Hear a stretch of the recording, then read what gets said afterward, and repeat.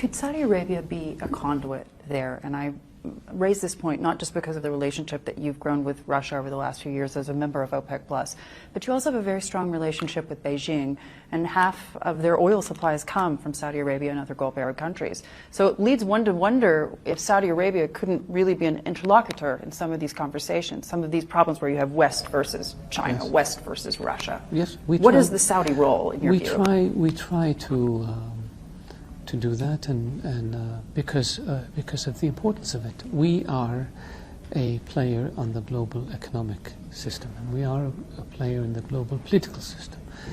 We are a country that is connected to the world. We have investments in the world financial system. We are a big player in the energy system. We are the birthplace of Islam and custodian of the two holy mosques, so we have a central role in the Islamic world, to which 1.7 billion Muslims belong. These are all, we are right next to three of the world's most strategic waterways, Strait of Hormuz, Bab el-Mandeb, the Suez Canal.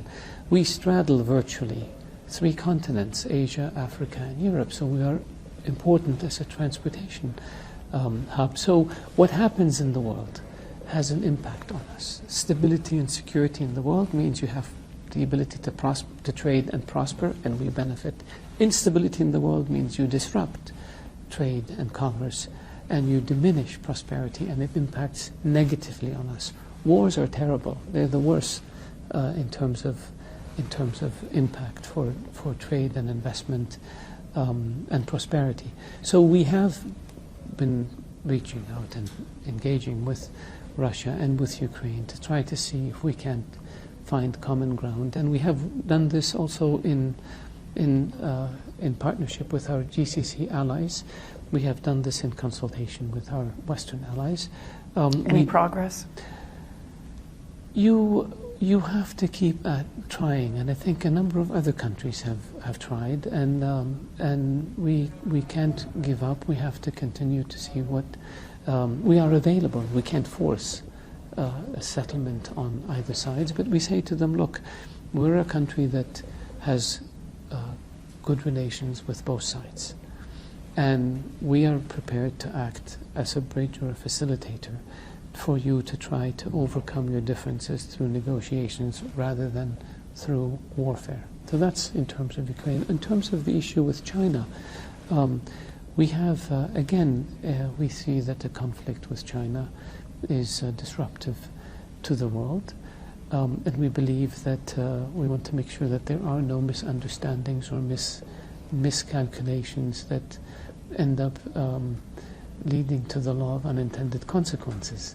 And we believe that the integration of China into the global economic system is important to the stability of the system, and we believe that trade, especially open trade, and human history and economic history has shown us that if you remove trade barriers and you enhance trade, everybody benefits. When you compete in an open playing field, everybody benefits. But if you try to close yourself off or engage in what used to be called beggar-thy-neighbor policies, everybody loses. And we don't want that, because our prosperity and our interests are linked to an open economic system globally and to free trade. So it's in our interest to try to find or to build bridges between different camps in the international system. Of course, America is our most important strategic ally, and that's where we are, and that's who we work with. But that doesn't mean we cannot try to use our relationships with other countries to try to help narrow gaps.